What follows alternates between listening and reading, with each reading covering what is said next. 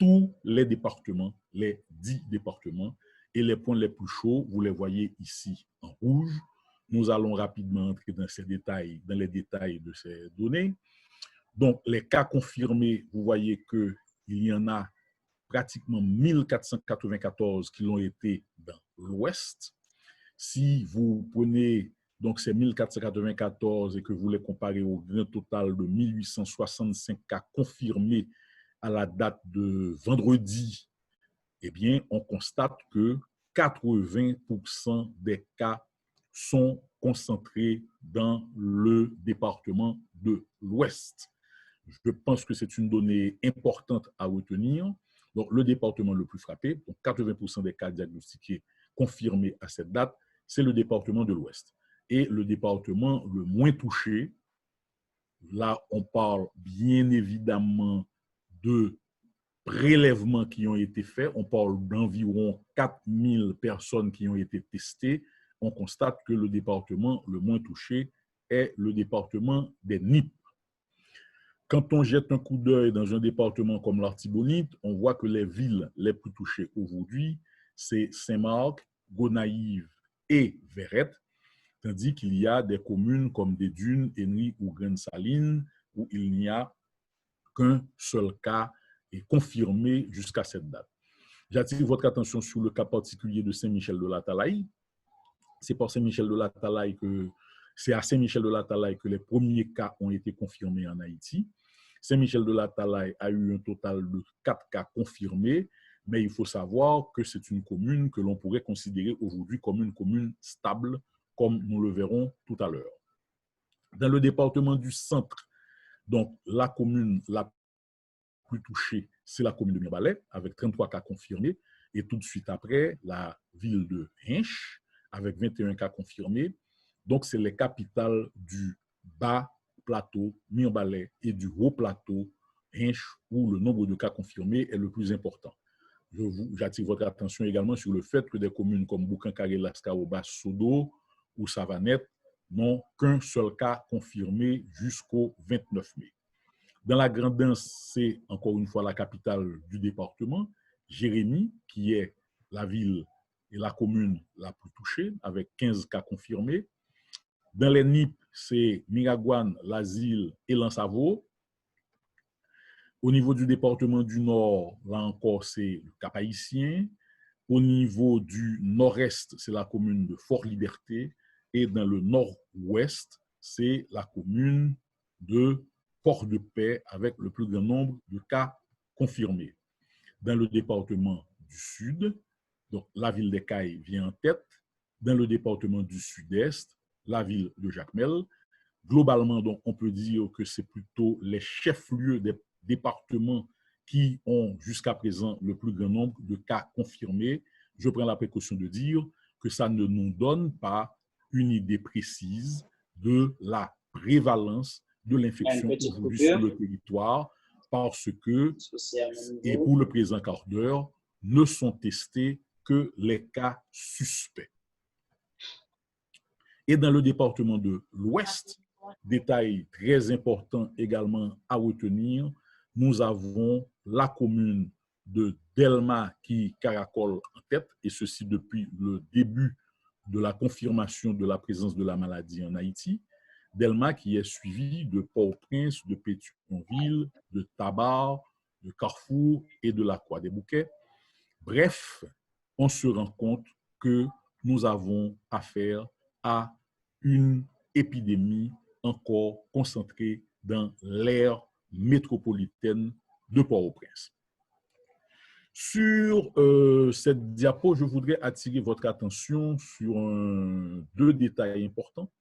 C'est quand même le poids des taux de positivité chez les 0-19 ans. Dans l'épidémiologie générale de la maladie, j'avais attiré votre attention sur le fait que les moins de 60 ans, en réalité, ne représentent pas un pourcentage important de malades. Ici, nous avons les 0-19 ans qui représentent 31,3% de positivité et tout de suite après, nous avons les 45-64 ans avec 63,9% de positivité et une létalité de 3,3.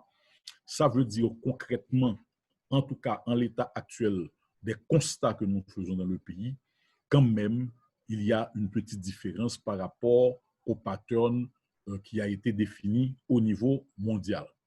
Et bien évidemment, les 65 ans et plus ont quand même une positivité de 63,8% et une létalité, comme on devrait s'y attendre, élevée. Vous voyez que dans les moins de 19 ans, la létalité elle est de 1,8. Chez les 45-64 ans, elle est de 3,3, tandis que chez les 65 ans et plus, on a quand même une létalité de 8,1%, une létalité globale pour toutes les tranches d'âge de 2,2%. Quand nous regardons la distribution des cas par tranche d'âge, là encore, on se rend compte que les 20-44 ans sont quand même les plus affectés dans le contexte haïtien. Et quand nous allons du côté des décès, vous vous rendez bien compte que la majorité des décès, c'est chez les 45-64 ans. On reviendra peut-être là-dessus et plus loin. Il faut quand même savoir qu'en Haïti, on a une population relativement jeune. Les personnes de 65 ans et plus représentent à peine 5% de la population haïtienne. Je crois que c'est un élément extrêmement important justement dans la dynamique de l'épidémie en Haïti. C'est une population jeune. Ce n'est pas comme dans des pays comme des pays d'Europe, par exemple. La répartition des cas par semaine épidémiologique. Donc, vous voyez que le démarrage vraiment de l'épidémie en Haïti a commencé à la 18e semaine épidémiologique. Et le pic, pour le moment, c'est à la 21e semaine. L'évolution quotidienne des cas, j'imagine que comme tout le monde, vous essayez de suivre un petit peu ce qui se passe ici. Nous avons eu un démarrage très lent, mais depuis quelques jours, on a une courbe qui est franchement ascendante et on l'a vu, depuis quelques jours, on a même dépassé le seuil des 100 nouveaux cas par jour. Quelles sont les tendances de l'évolution de la maladie dans quelques pays? Nous reviendrons tout à l'heure sur le cas haïtien. Alors, on se rend compte d'abord que dans la Caraïbe, le pays aujourd'hui le plus affecté par la COVID-19, c'est la République dominicaine. La République dominicaine avec 16 908 cas confirmés et 498 décès. Je crois qu'il y a là encore un certain nombre d'éléments qui pourraient expliquer cette flambée en République dominicaine. Il faut savoir que la République dominicaine a été la première destination touristique de la Caraïbe pendant les dernières années. C'est un pays qui reçoit des touristes de la Chine, de l'Europe en général, donc d'un ensemble de pays parmi ceux qui ont été les premiers à être frappés par la COVID-19. Donc, la République dominicaine caracole en tête, presque 8 fois plus de cas que, par exemple, en Haïti ou à Cuba. Cuba qui est encore à 2025 cas confirmés et 83 décès. Alors, Haïti a été assez éloigné de Cuba pendant les dernières semaines et ce que nous craignons, et c'est probablement ce qui va arriver, il faut s'attendre dans les prochains jours à ce que Haïti occupe la deuxième place en lieu et place de Cuba, vu la vitesse à laquelle les cas confirmés augmentent en Haïti. Dans le monde, qu'est-ce qui se passe? Un détail extrêmement important quand même. On se rend compte sur ce graphique, sur cette figure, que depuis le 17 avril de cette année, la tendance dans le monde est à la diminution du nombre de cas. Ça, bien évidemment, c'est des données générales qui cachent la réalité dans un certain nombre d'autres pays. On sait par exemple ce qui se passe aux États-Unis, mais depuis le 17 avril, on a une tendance au niveau mondial à la diminution du nombre de cas nous avons ici justement une estimation qui a été faite au 28 mai, soit il y a de cela 3 jours. Il y a quand même un certain nombre de pays où le nombre de cas confirmés est à la hausse. C'est le cas en Afrique, bien évidemment. Là, vous voyez quand même un petit peu ce qui se passe en Afrique.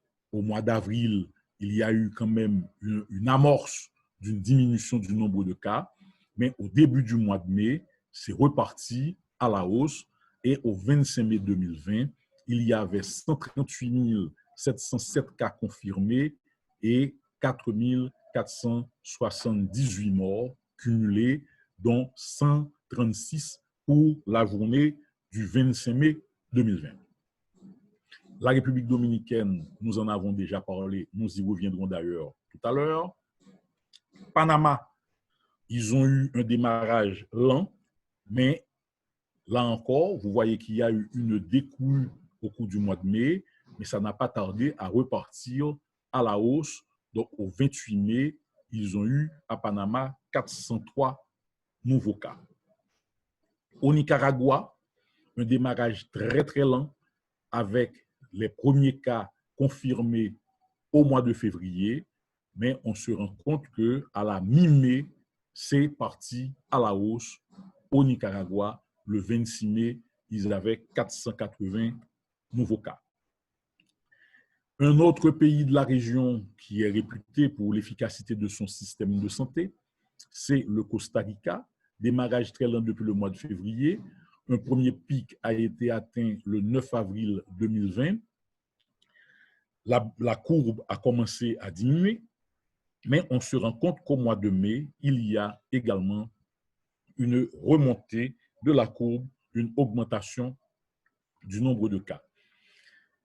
Sao Tomé et Principe, on se rend compte là encore qu'il y a eu une baisse significative courant mai, mais que l'épidémie est repartie à la hausse. Guyana étant à la hausse, mais quand même un nombre de cas très limité, comme on l'a vu tout à l'heure sur le tableau récapitulatif de la Caraïbe. Et vous allez dire que c'est peut-être un peu de provocation, mais je ne pense pas que ce soit tout à fait le cas.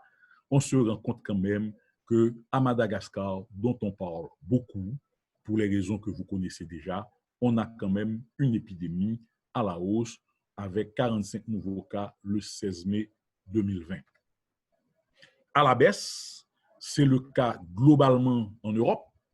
Donc, nous avons ici 3 figures de l'évolution de la maladie en France. On voit très nettement que le nombre de cas a diminué. Donc, c'est des pays qui ont déjà passé le pic des admissions en réanimation ou des décès ou des nouveaux cas. On se rend compte qu'effectivement, cette épidémie a un impact sur la mortalité générale. Donc, j'ai trouvé cette figure pour la France, je n'ai pas pu la trouver pour d'autres pays. Vous voyez quand même que si on compare les courbes de mortalité en France en 2018, en 2019, c'est des courbes qui pratiquement se superposent, tandis qu'en 2020, effectivement, entre le mois de mars et le mois d'avril, vous voyez qu'il y a eu très nettement une surmortalité en France. J'imagine que ça doit être le cas pour plein d'autres pays de l'Europe. Cuba, un cas assez particulier également. Donc, les premiers cas ont été signalés à Cuba au mois de février, donc un mois et plus d'un mois avant les premiers cas haïtiens. Donc, la courbe a augmenté très significativement entre la fin du mois de mars jusqu'à la fin du mois d'avril. Et depuis, le nombre de nouveaux cas ne fait que diminuer. Vous voyez qu'au 2 mai, justement, il n'y avait que 74 nouveaux cas. Cuba peut considérer que le pic a été atteint et qu'on est en pleine découle. La Jamaïque, où là encore, il y a eu un démarrage plutôt lent. Donc, un pic a été atteint au mois d'avril avec 52 nouveaux cas. Mais là encore, attention, on se rend compte qu'il y a une légère tendance à la hausse au cours du mois de mai. Saint-Martin, où actuellement, on peut considérer qu'ils sont pratiquement presque à la disparition de nouveaux cas. On voit quand même qu'il y a eu 2 vagues, 2 pics entre le mois de mars et la moitié du mois d'avril, le milieu du mois d'avril. À Trinité et Tobago, ils ont atteint un pic au mois de mars, à la fin du mois de mars, et depuis, le nombre de cas ne fait que diminuer. Aux Bahamas, vous voyez très bien qu'il n'y a jamais eu de vraie flambée comme dans la plupart des autres pays de la HIB, n'est-ce pas?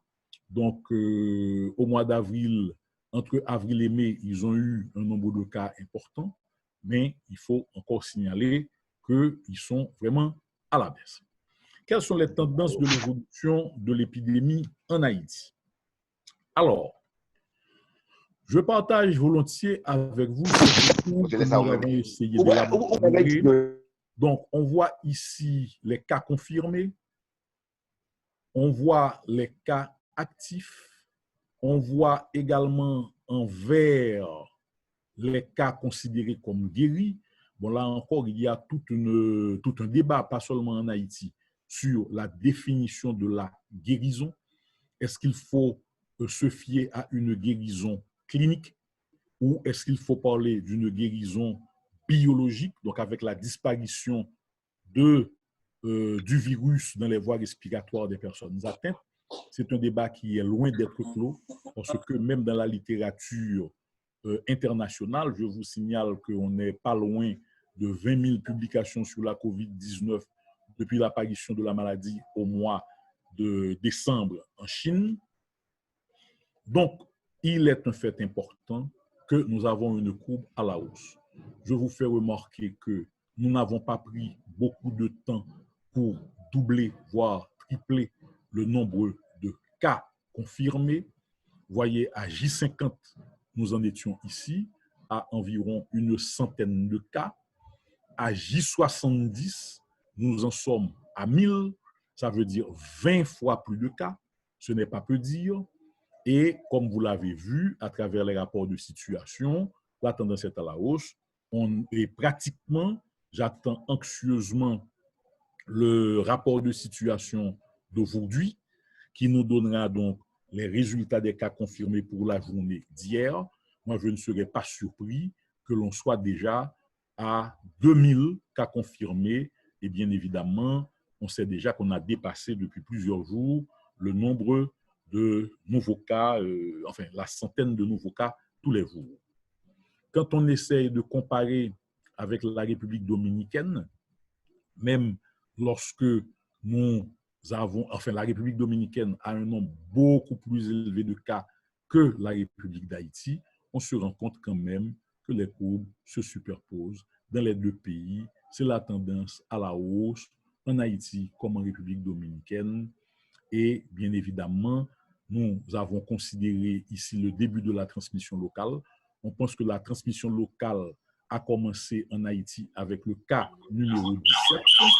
Et bien évidemment, depuis, on se rend compte que le nombre de cas ne fait qu'augmenter.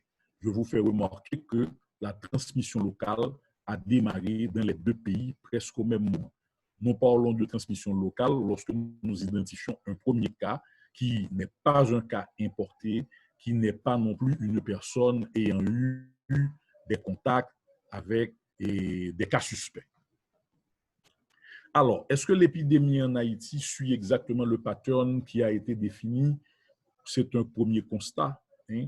Il nous reste encore beaucoup de choses à comprendre. Je reviendrai là-dessus tout à l'heure. Vous voyez que l'épidémie ne suit pas tout à fait le pattern au niveau mondial. Je l'ai fait remarquer antérieurement.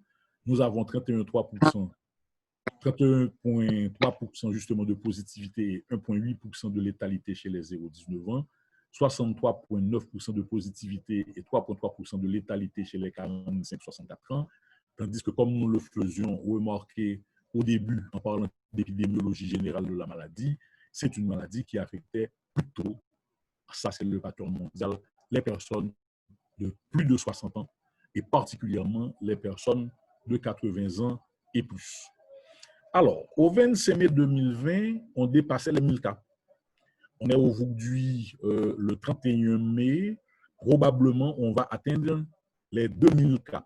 Ça veut dire quoi concrètement? En 6 jours, nous aurons quand même doublé le nombre de cas confirmés en Haïti. Mais au 25 mai, le constat qu'on a fait, c'est que quand même 53,6% des communes n'étaient pas touchées. Là encore, je devrais dire, n'avaient pas de cas confirmés. La nuance, elle est de taille. Et bien évidemment, comme nous l'avons fait remarquer, les 3 communes de Delma, de Port-au-Prince et de Pétionville, au 25 mai, regroupaient 54% des cas. Nous savons aujourd'hui que le département de l'Ouest, c'est 80% des cas. Ça veut dire quoi concrètement?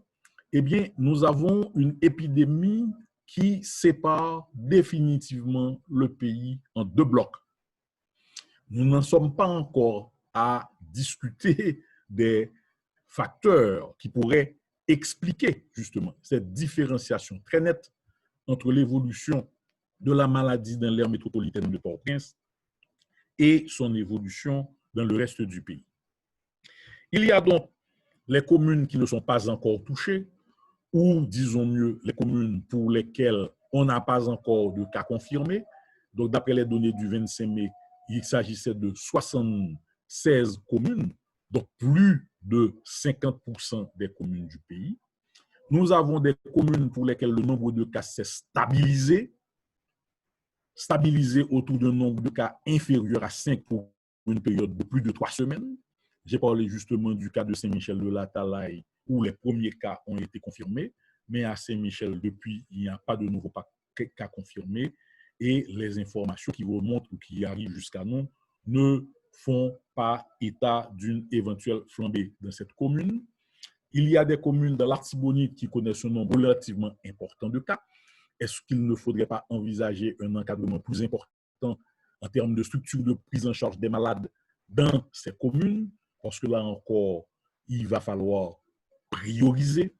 On n'en a pas beaucoup parlé. J'espère que les questions nous permettront justement d'approfondir cet aspect-là.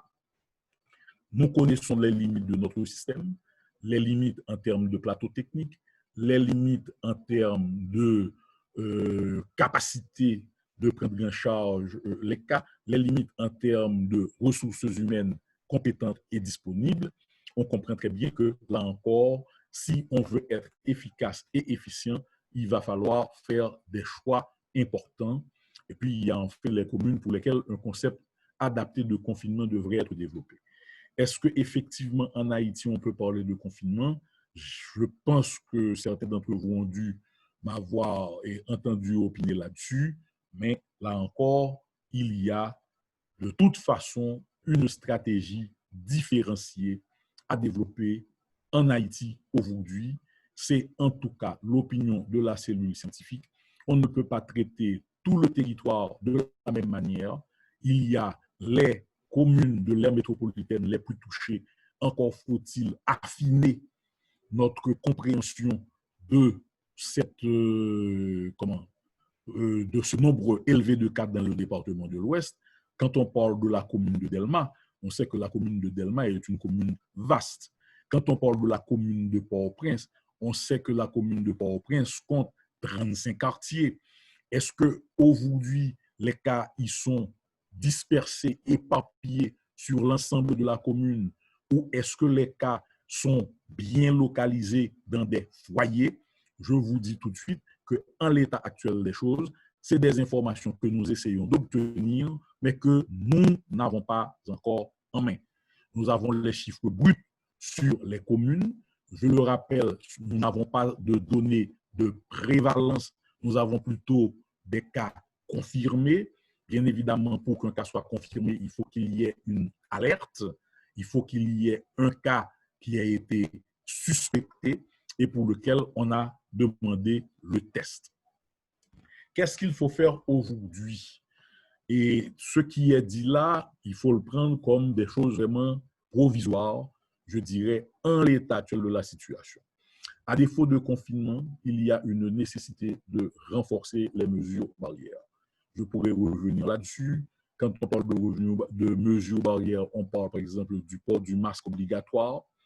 Je suppose qu'il vous arrive de circuler dans Port-au-Prince comme nous et de constater que, un, le port du masque est loin d'être généralisé.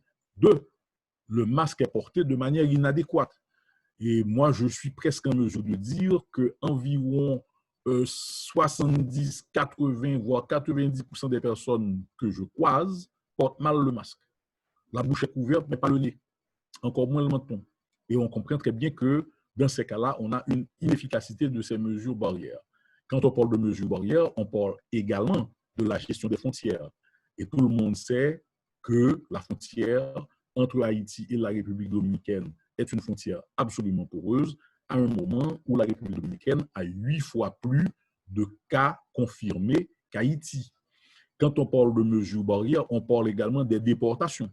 On sait que les États-Unis continuent à déporter des gens en Haïti et pour des gens pour lesquels, en tout cas pour un certain nombre d'entre eux, il y a une suspicion d'infection au coronavirus. Nécessité de communiquer pour le changement de comportement. Communiquer et communiquer et communiquer. Donc, ça, c'est toute la sensibilisation à faire et toute la mobilisation communautaire. Je constate qu'en Haïti, on a l'habitude de faire sortir plein de spots, etc. Qui les a évalués, qui a jugé de leur efficacité, difficile à dire.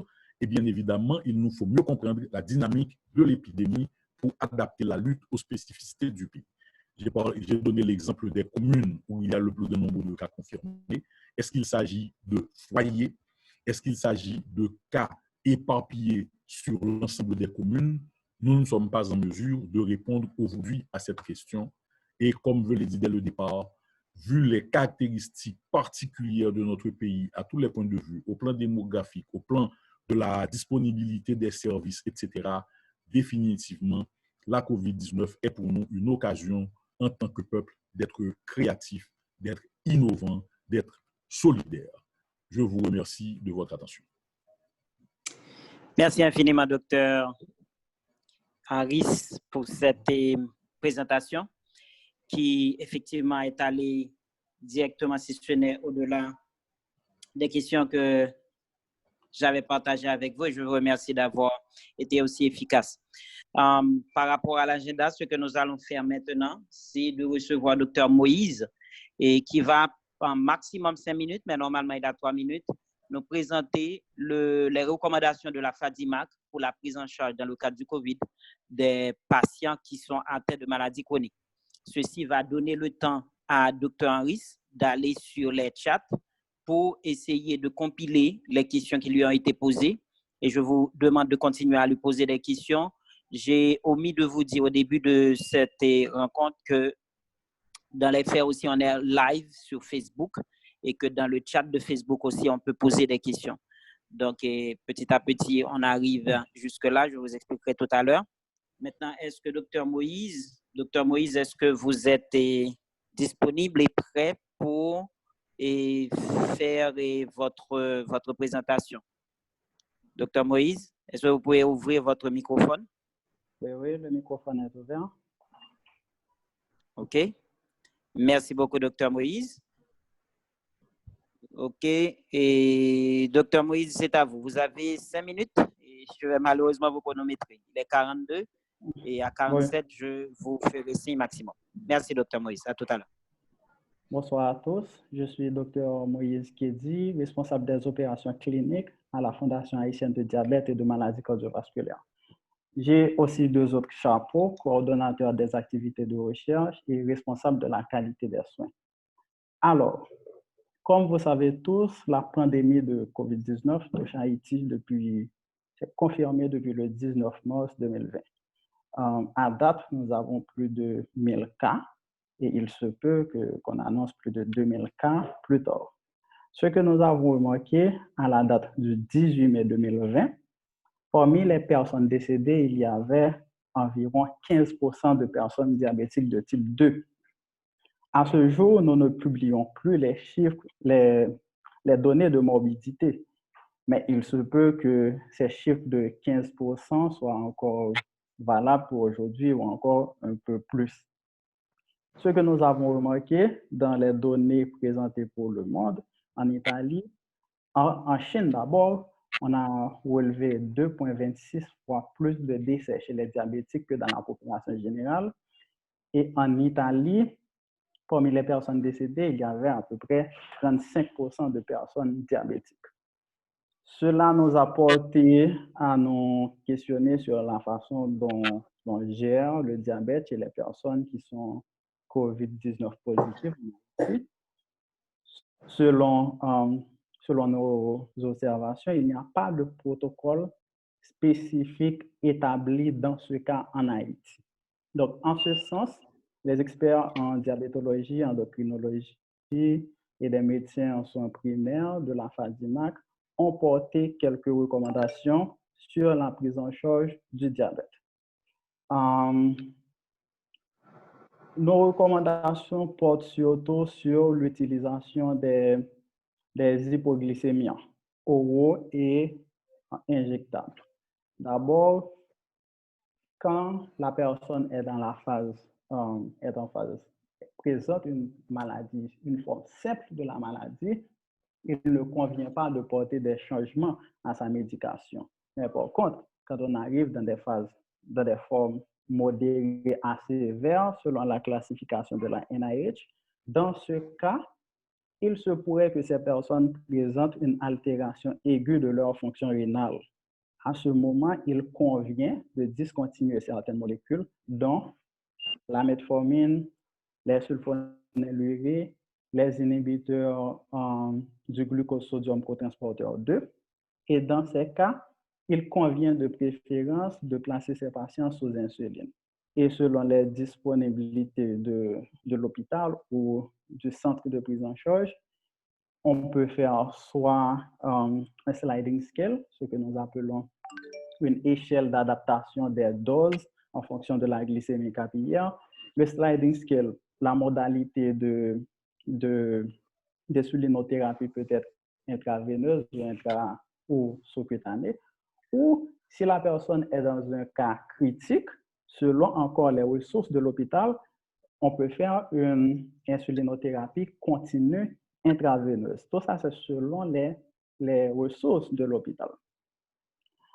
Alors, il y a beaucoup de discussions concernant l'utilisation des IEC, parce que nous savons que le SARS-CoV-2 utilise le angiotensin converting enzyme 2 comme récepteur cellulaire. Actuellement, il n'y a pas de données probantes qui montrent que l'utilisation de ces médicaments augmente le risque d'avoir une atteinte sévère. Donc, chez les patients diabétiques qui sont placés sous ces médications pour contrôler soit l'hypertension artérielle, soit une microalbuminurie, il convient de continuer ces thérapies. Il ne convient pas de les discontinuer parce que nous n'avons pas d'indication que ça augmenterait la morbidité ou la mortalité. En gros, ce sont les recommandations de la FADIMAC. Nous avons un document qui a été partagé avec la communauté médicale là-dessus. S'il y a un canal, je prie Dr. Généus de partager avec vous le document. Merci. Tout à fait. Tout à fait. Merci infiniment, Dr. Moïse, pour votre précision et votre concision. Je fais remarquer que la FADIMAC sera bientôt l'une de nos invités pour nous faire des présentations. Mais il était important que nous ayons la possibilité de savoir le plus rapidement possible quelles sont les recommandations des sociétés savantes. Dans la même veine d'ailleurs, une société comme la Société haïtienne d'anesthésiologie a fait parvenir également ses recommandations. On les avait partagées à un certain moment, mais on pourra les repartager, que ce soit les recommandations de la FADIMAC, que ce soit les recommandations de la Société d'anesthésiologie. Maintenant, je vais essayer le plus rapidement possible de faire passer quelques annonces concernant cette initiative avant de retourner vers Dr. Henry pour qu'il puisse répondre à nos questions. Je voudrais dire à Dr. Moïse également qu'il me semble que certaines questions également lui sont adressées. Je remercie encore une fois et je félicite tous les participants à ce forum. Et je suis content de voir que cette initiative a pu quand même fonctionner aujourd'hui, dimanche et jour de la fête des mères. Ce n'est pas par manque de respect pour les mamans que nous avons quand même gardé la date, mais c'est parce que selon nous, les mamans d'Haïti méritent que nos autres professionnels de santé nous continuent à nous former, nous continuent à nous informer pour être plus efficaces, pour les aider de façon spécifique au COVID ou plus largement en tant que professionnel de santé. Les annonces que je voudrais partager avec vous sont les suivantes. La première, c'est que cette initiative, Dialogue médical national, nous l'appelons, qui est une initiative au départ qui est lancée par l'Association des hôpitaux privés d'Haïti que je préside, est une initiative qui a pour vocation d'entrer dans le cadre des propositions que nous faisons pour mettre en œuvre, pour relancer et lancer le consortium des organisations de la société civile en santé. Et l'idée, c'est de permettre de faire en sorte que cette plateforme devienne un des outils scientifiques que nous allons utiliser et qu'ensemble et avec vous, et cet outil se développe, se construit et devienne quelque chose de très solide. De notre côté, nous avons fait en sorte de renforcer cette initiative depuis la dernière fois. Le 19 avril, nous avons eu notre première édition. Maintenant, nous avons notre deuxième édition.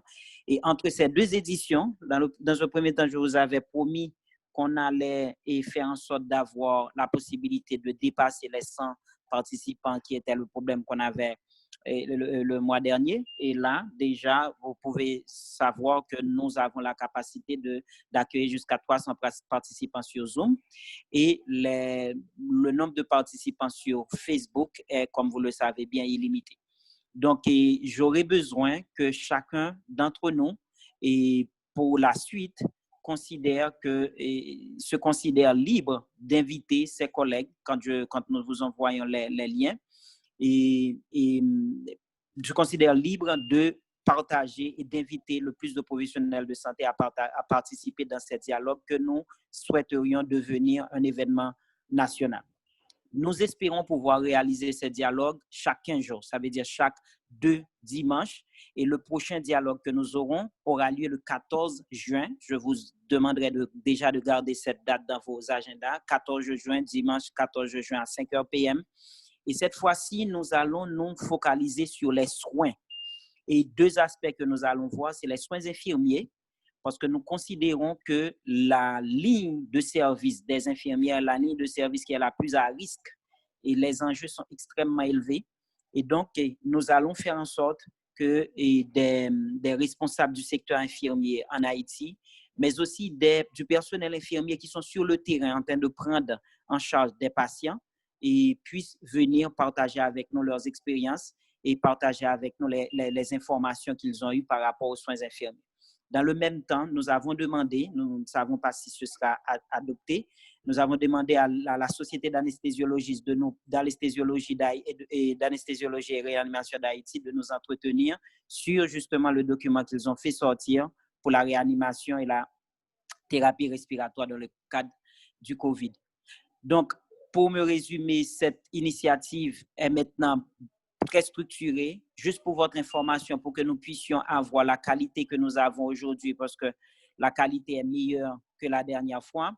Nous avons demandé à des équipes, je vous dis que l'initiative est à l'initiative de la HPH, mais c'est l'équipe en fait de l'hôpital adventiste d'Haïti, couplée avec l'équipe de l'Institut de santé préventive que j'ai fondé, qui en fait nous permet d'avoir la technologie pour le faire, en sorte que nous avons des équipes qui sont basées en Californie, en Floride, nous avons des personnes qui sont en Jamaïque et qui tous ensemble pendant ces 15 derniers jours ont travaillé ensemble pour nous apporter la qualité de connexion et le travail que nous faisons avec une connexion qui est sécurisée, parce que j'avais demandé à nos techniciens de nous assurer que nous n'ayons pas ce qu'on appelle maintenant les Zoom bombers, qui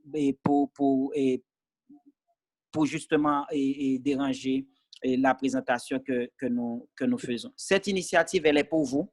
Nous espérons que toutes les sociétés savantes du pays se mettent ensemble et nous permettent d'avoir cette initiative devenir quelque chose de national, comme la contribution de la société civile que nous sommes pour le développement de la médecine, parce que nous parlons actuellement de formation médicale continue, de accès à l'éducation et à l'information critique sur les faits de santé. Actuellement, nous parlons de COVID, mais nous espérons que ça va aller beaucoup plus loin que le COVID et que nous espérons que cette initiative va rester le plus longtemps possible.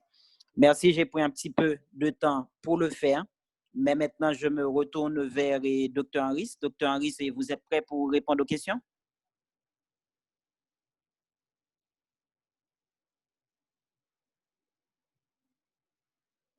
Allô? Dr. Henris? Mon micro est fermé. Mon micro est fermé? Voilà, là, ça va. OK. Là, ça va. Donc, maintenant, c'est à vous. Je n'ai pas le contrôle du micro, je vous fais remarquer. Alors. Ah, OK.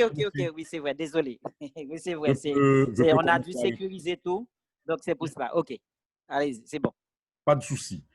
Ouest, département le plus frappé, est-ce que ce n'est pas juste à cause des tests qui sont plus courants dans ce département? Oui. Oui, a priori. Et j'ai pris la précaution, n'est-ce pas, pendant tout l'exposé, de parler de cas confirmés et non de prévalence. Et personne aujourd'hui n'a une petite idée de la prévalence de la maladie en Haïti, du nombre de personnes réellement atteintes. Et le problème, c'est quoi? Vous le savez, et on l'a dit, dans plus de 80% des cas, les gens vont avoir une maladie bénigne, sans grandes complications, c'est la fièvre, les courbatures, etc. Et on ne pourra même pas à ce moment-là dire qu'il s'agit d'un cas de COVID-19 ou non. Moi, j'en ai vu un certain nombre et j'ai été assez inquiet pour quelqu'un de mon entourage qui justement avait une fièvre et qui toussait. Il a été admis à l'hôpital, testé, mais le test est revenu négatif. Donc, il faut retenir que c'est une maladie quand même. C'est dans 5% des cas qu'on va avoir, c'est dans 15% des cas qu'on va avoir à des cas graves et dans moins de 5% des cas qu'on va avoir des cas critiques. Donc, oui, les tests sont plus accessibles dans le département de l'Ouest, mais attention, le dispositif qui a été mis en place jusqu'à présent permet de tester tous les cas suspects. Je dis bien cas suspects. Donc, on n'est pas encore dans le dépistage massif. On teste les cas suspects et ce que nous avons comme résultat, c'est justement les cas suspects qui se sont révélés positifs.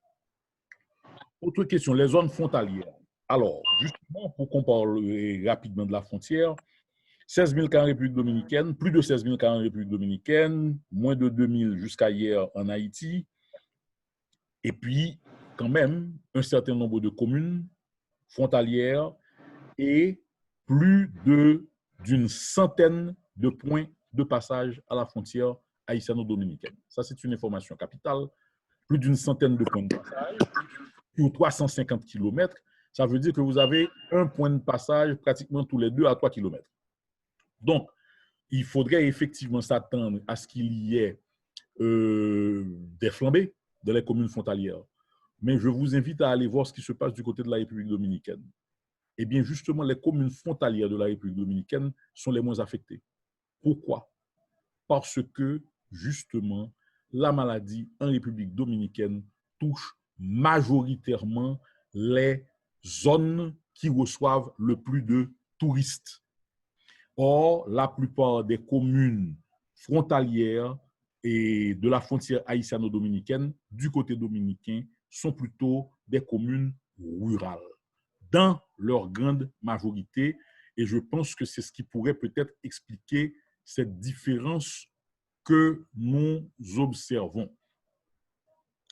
La population d'Haïti est une population jeune, mais une immunité globale plus faible qu'ailleurs. Est-ce que cela a un impact sur la distribution etc. On a une population jeune et est-ce qu'on a une idée réelle de l'immunité de l'ensemble de la population haïtienne? Moi, je vous cite deux cas de figure. Et il faut savoir, et au début de l'épidémie, on a essayé d'établir ce lien. Est-ce que les populations qui ont été vaccinées par le BCG ne seraient pas protégées? Je vous signale en passant que la couverture par le BCG est la couverture la plus importante pour l'ensemble de la population haïtienne aujourd'hui. Est-ce que ça a un effet protecteur? Je n'en sais rien. Il y en a d'autres qui vont aller beaucoup plus loin que moi et qui vont vous dire quoi? Qui vont vous dire qu'on est en train de nager dans un milieu tellement insalubre que même involontairement, on a dû avoir développé des mécanismes de défense spécifiques. Là, ce sont des hypothèses. C'est une manière de vous dire que je n'ai pas vraiment une réponse précise à cette question, que des pistes à approfondir. Merci pour les félicitations, n'est-ce pas? Excellente présentation, merci, tant mieux. Et voilà, quels sont les autres facteurs de risque qui ont été recherchés? Alors, très bonne question. Vous savez, sans vouloir faire mal, et les Chinois, le premier papier qui a été produit par les équipes chinoises l'ont été sur les 41 premiers cas de cette infection au coronavirus. Nous en sommes à 2000 et j'ai le regret de vous dire que nous n'avons toujours pas la possibilité de cerner toutes les caractéristiques de base de cette épidémie en Haïti. On sait que les facteurs de risque cités ailleurs sont aussi retrouvés chez nous. Kédi vient de parler justement du diabète. N'oubliez pas, et je me réjouis de la présence de Philippe, n'est-ce pas, de Philippe Larco, n'oubliez pas quand même qu'on est dans un pays où un adulte sur deux, à partir de l'âge de 20 ans, est hypertendu. Et on a vu que l'hypertension artérielle apparaît parmi les comorbidités en 4e position. Donc, moi, je pense que bien qu'on soit une population jeune, on a tout un ensemble de choses qui jouent en notre défaveur. L'hypertension artérielle, n'est-ce pas?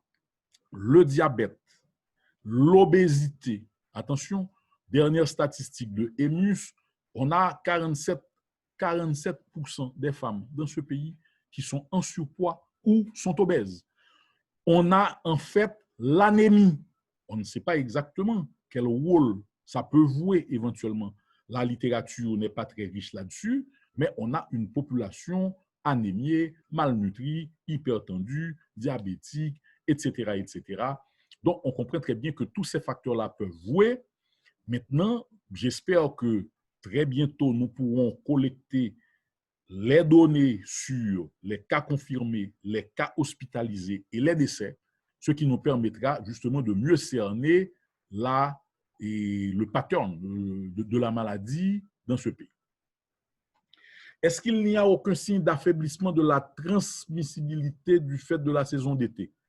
Et on en a parlé, mais actuellement, il n'y a aucun indice qui permette d'affirmer que le fait d'un changement de saison va avoir un effet sur la transmissibilité du coronavirus. Donc, c'est quelque chose. Les courbes semblent montrer le contraire, Dr. Génius. OK. Qu'est-ce qui aurait expliqué autant de différences entre l'évolution de l'épidémie en Haïti et son évolution dans le reste du monde? Est-ce qu'il y a beaucoup de différences? Je ne pense pas. Et on a une infection, boum, il y a un pic qui est atteint à un certain moment. Et si la situation est bien gérée, eh bien, il y a un moment où la maladie va disparaître. C'est ce qui se passe dans toutes les épidémies. Quoi. Et est-ce qu'après, ça va devenir endémique? On n'en sait rien pour le moment. Il est trop tôt pour en parler. Mais c'est ça, on est actuellement dans la courbe ascendante. Et lorsque le nombre de cas commencera à diminuer, nous pourrons parler justement nous pourrons dire que le pic avait été atteint. Devrait-on axer la lutte sur la propagande massive? Les attitudes à adopter, certainement. En Haïti, on le sait, on ne peut pas changer significativement un certain nombre de données dans le temps que nous avons là. Et les cas les plus compliqués, j'ai le regret de le dire, eh bien, vont décéder. On l'a vu d'ailleurs, on est maintenant à 41 décès. Et en une journée, il y en a eu 5 ou 6. Ça veut dire ce que ça veut dire. Il faut l'assumer. Donc, c'est pourquoi nous préconisons justement la sensibilisation massive, les mesures barrières, la prévention. Je crois que c'est la carte qui doit être jouée dans le contexte haïtien parce que les cas les plus critiques, on ne pourra malheureusement pas faire grand-chose pour eux.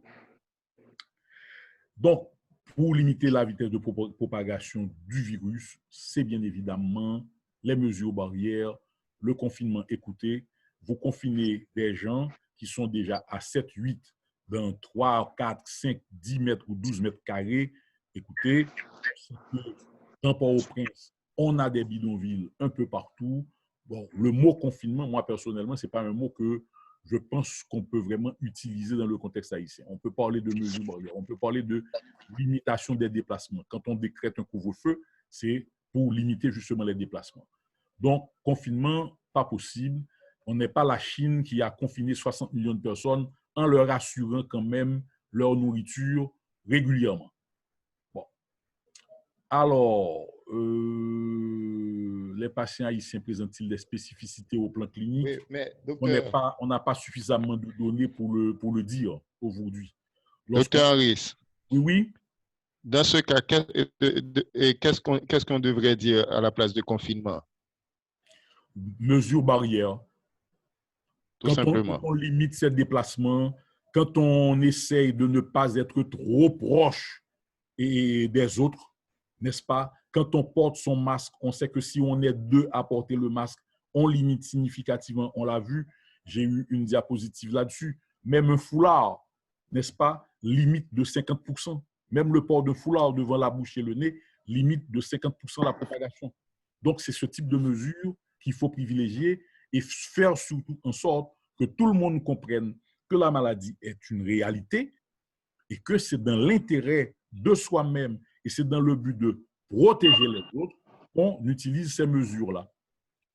C'est-à-dire, vous préconisez une nouvelle adaptation du mot confinement à Haïti, même si on parle de confinement dans le monde. Écoutez, moi, je persiste et je signe, je vois difficilement comment on peut confiner la population haïtienne. Ok, juste pour info, je ferai remarquer que nous ne prenons pas les discussions sur le forum. Vous pouvez écrire et le Dr. Henry pourra discuter directement. Malheureusement, c'est comme ça qu'on est obligé de le faire pour essayer de garder la sérénité de la conversation. Dr. Harris, vous pouvez continuer. Sachant Protocole standard de prise en charge. Protocole standard de prise en charge.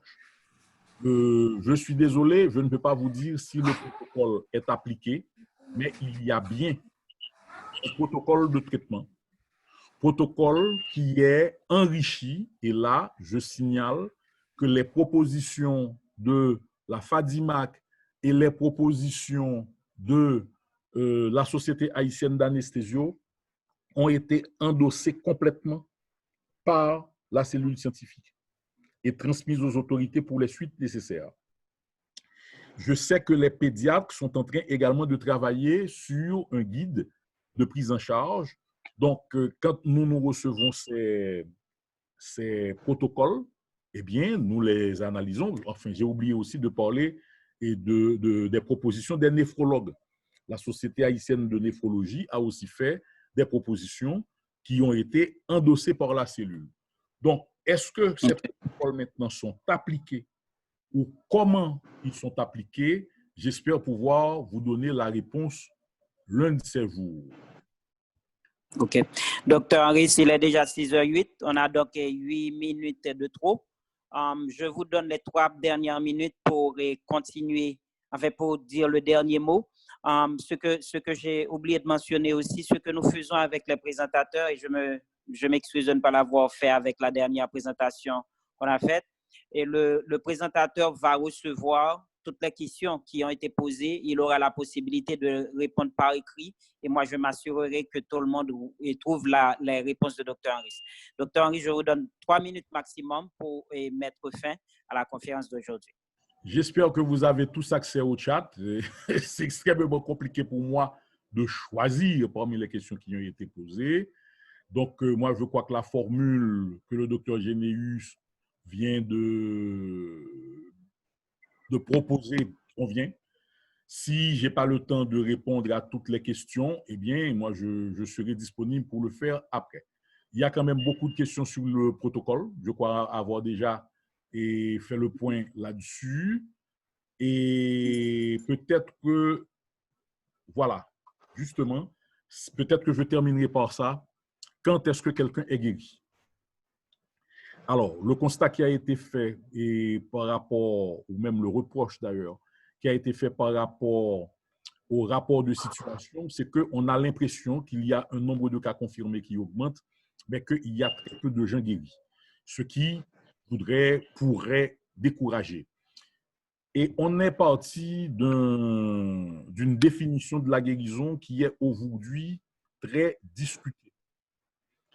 On était parti sur la base que quelqu'un est considéré comme guéri si 30 jours après la confirmation de son état, cette personne-là avait un PCR négatif. Vous voyez? Donc, ce qui supposait 2 PCR négatifs pour pouvoir confirmer une guérison. Dans le monde entier, aujourd'hui, il y a un débat extrêmement important. Hier, j'ai suivi, par exemple, une conférence avec des collègues costaricains. Eh bien, eux, ils sont déjà à un deuxième PCR au 17e et au 18e jour pour parler de guérison. La même chose, on est en train de se demander, par exemple, à partir de quel moment la personne n'est plus infectieuse, n'est plus capable de transmettre, de contaminer quelqu'un d'autre. On a cru que tant et aussi longtemps que la personne n'avait pas été testée négative par PCR, elle était considérée comme quelqu'un qui pouvait transmettre le virus. Et les dernières publications ont tendance à prouver le contraire. Et on peut être positif et ne plus transmettre la maladie. Là, moi, je crois que nous avons encore beaucoup de temps et n'oubliez pas que tout a commencé en décembre 2019.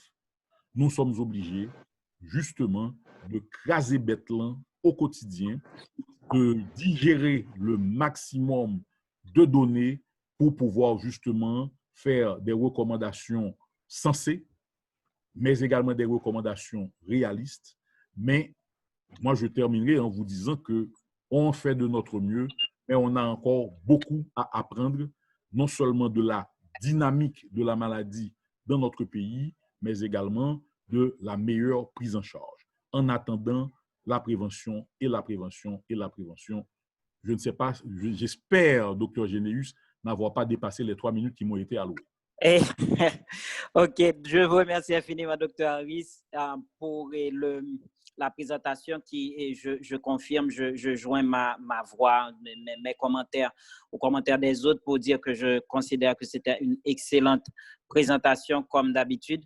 Docteur Harris, et vous avez permis, et avec tous les participants, de faire de cette deuxième édition des dialogues national médical national un véritable succès. Merci encore infiniment à tout le monde pour leur temps. Je sais que vous êtes très occupés et aujourd'hui, c'est un jour spécial. Encore une fois, et bonne fête à toutes les mamans. Docteur Harris, vous recevrez les questions et je fais solennellement cet appel à vous, docteur Harris, en tant que président de l'AMH, de faire en sorte que le consortium des associations de la société civile en santé voit le jour. Nous autres, au niveau de la HPH, on est partie prenante. Nous voudrions que toutes les sociétés savantes, tous ceux qui font médecine, les médecins, les laborantins, les pharmaciens, les infirmiers, les infirmières, et tous nous soyons ensemble autour d'une même table pour reconstruire et refonder la médecine haïtienne et faire que la vie scientifique redevienne florissante en Haïti. Merci infiniment encore une fois. Je vais demander à Lionel d'ouvrir tous les microphones. Et pendant quelques secondes, nous allons donner à tout le monde la possibilité de dire merci à Dr. Harris dans une joyeuse cacophonie. Et puis, voilà, chacun d'entre vous peut se sentir libre. Merci, docteur. Merci beaucoup, docteur Henry. Merci, docteur Harris. Merci Merci, infiniment, docteur Harris. docteur Ravi Merci à d'avoir tout le monde. Merci, partagé. docteur Harris. Merci beaucoup. Merci Mon cœur, de la connexion. Merci. Faites encore une fois, bonne fête. Merci à vous tous. Merci à tous. Merci à docteur généralisé aussi bien au point de vue technologie. Merci, docteur Harris. Merci, docteur Bien plaisir. Bonne fin de journée. De bonnes fêtes. Merci à vous aussi. Merci. Merci.